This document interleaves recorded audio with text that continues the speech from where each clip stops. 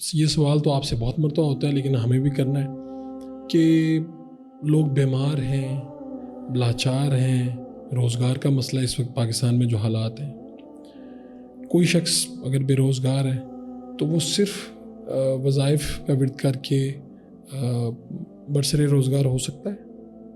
اللہ پاک نے دو چیزوں کے ساتھ انسان کو جوڑا ہے، ایک محنت، ایک دعا۔ ٹھیک ہے، محنت اور دعا، محنت کے بعد دعا، اور محنت وہ جس میں ایمانداری ہو، اور اس کے بعد یہ وظائف سب دعا ہیں، یہ تسبیحات دعا ہیں، آپ کی میرے حق میں دعا، میری آپ کے حق میں دعا، بڑوں والدین کی دعا، یہ سب دعائیں ہیں۔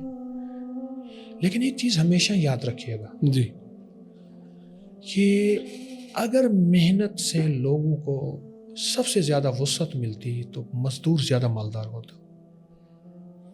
اگر صرف محنت سے، ٹھیک ہے، محنت شرط ہے، محنت لازم ہے۔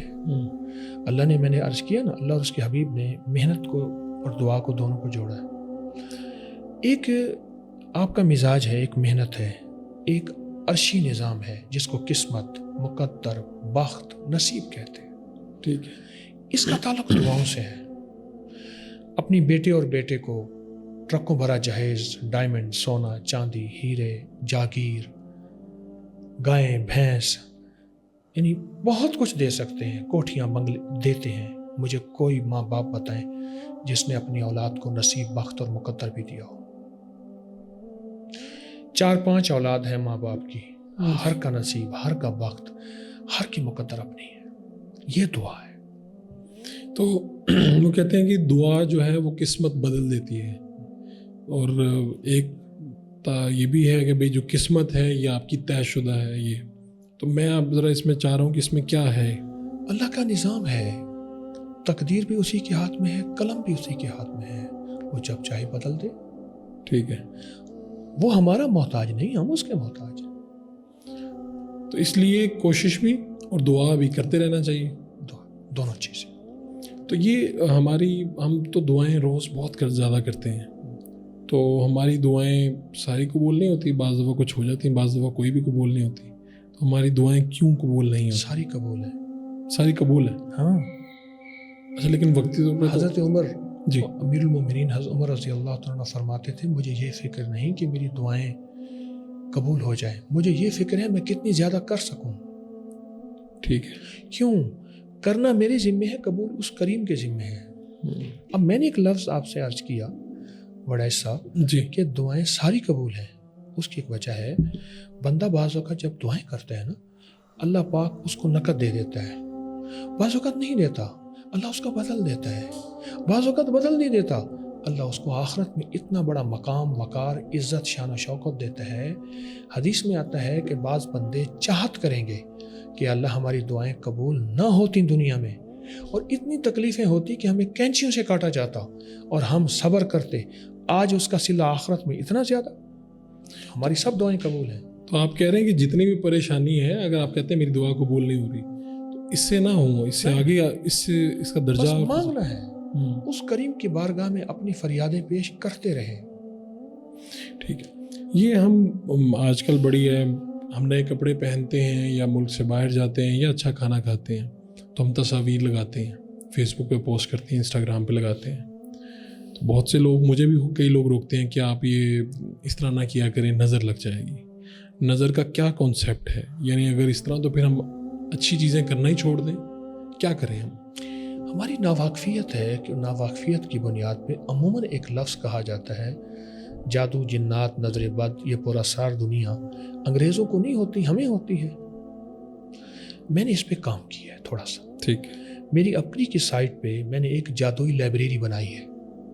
اب تک سینکڑوں کتابیں اس پہ موجود ہیں جس کا تعلق اس بات سے ہے کہ انگریز نظر بد سے کتنا متاثر ہوتا ہے، کتنا بچنے کی کوشش کرتا ہے جادو جنات سے، نظر بد سے، اور کتنا اس کا تدارک کرتا ہے۔ آپ نے دیکھا ہوگا ایک آنکھ کا لاکٹ، جی، ایول آئی، بیڈ آئی، تو نظر حق ہے۔ سائنس بھی کہتی ہے، اللہ کے حبیب فرماتے ہیں، اور اصل میرے کملی والے کا فرمان نظر حق ہے۔ اس کے لیے میں ایک کہیں تو ایک چھوٹا سا ایک میرے پاس عمل ہے۔ جی، جب بھی آپ محسوس کریں کہ آپ کو کسی کی نظر لگے یا آپ کو کسی کی نظر لگ سکتی ہے، ایک تو یہ، یا آپ محسوس کریں کہ آپ کی کوئی محبوب چیز ہے، گاڑی ہے، گھر ہے، بیوی، بچہ، بہن، بیٹی، کوئی محبوب چیز ہے، جی جب بھی اسے دیکھیں آپ دیکھتے ہی پڑھیں بسم اللہ ماشاء اللہ لا قوت الا باللہ، ایسی طاقتور چیز ہے. ٹھیک ہے. آپ کو لگتا ہے کہ اگر میری نظر لگ سکتی ہے کسی کو ہاں، یا کسی کی لگ یا سکتی کسی ہے، کی مجھے لگ سکتی ہے تو آپ یہ پڑھیں. بسم اللہ ماشاء بسم اللہ اللہ. لا قوت الا باللہ. ٹھیک ہے. کمال چیز ہے، اور ہر حالت میں پڑھ لیں، ایک بار، دو بار، تین بار، کمال چیز ہے، طاقتور چیز ہے. آپ کے پاس تو ہر مسلک کے بلکہ ہر مذہب کے لوگ آتے ہیں، تو آپ کے پاس باقی لوگ بھی آئے، یعنی گورے بھی آئے، سکھ بھی آئے، انہوں نے بھی کہا کہ ہم ان چیزوں سے تنگ ہیں، یہ جناتی مخلوق اور ان لوگوں، کیا کبھی اس طرح کا واقعہ ہوا؟ بہت زیادہ. اچھا. آنا جانا تو چونکہ ہر مسلک، ہر مذہب، ہر رنگ نسل کا اس فقیر کے پاس ہے، اور اس سے لوگوں کو فائدہ ہو رہا، کیونکہ ہمارا ابکری کا نظام انگلش مختلف زبانوں میں بھی ہے، اس سے لوگوں کو فائدہ ہو رہا اور لوگ استفادہ کر رہے ہیں. آپ حیران ہوں گے میرے وظائف ہر مذہب پڑھ رہا ہے. آپ کی ٹیم انہیں ٹرانسلیٹ کر رہی ہے؟ بہت زیادہ. کہاں کہاں پہ، کن ملکوں میں جا رہا ہے یہ، کس طرح سے جا رہا ہے؟ انٹرنیٹ پہ؟ رشین میں، بنگلہ میں، ہندی میں، اردو میں، انگلش میں، عربی میں، ازبک میں، ٹرکش میں، پتہ نہیں اور کون کون سی زبانیں ہیں. تو خود آپ کے دوسرے ملکوں میں جا کے آپ لیکچرز بھی دیتے ہیں؟ نہیں دیتے. میرا نظام یہیں سے پوری دنیا میں ہے، اور پوری دنیا میں دنیا کو فیض مل رہا ہے اور دنیا استفادہ کر رہی ہے. لیکن بہت سے لوگ چاہتے تو ہوں گے کہ آپ کو بلایا جائے، آپ کو انویٹیشن بھی آتے ہوں گے، تو کیا اس موقع پہ آپ کیا کرتے وہ لاہور میں ہوتا شہر تو میں چلا جاتا. ٹھیک ہے. تو چونکہ آپ لاہور بیٹھے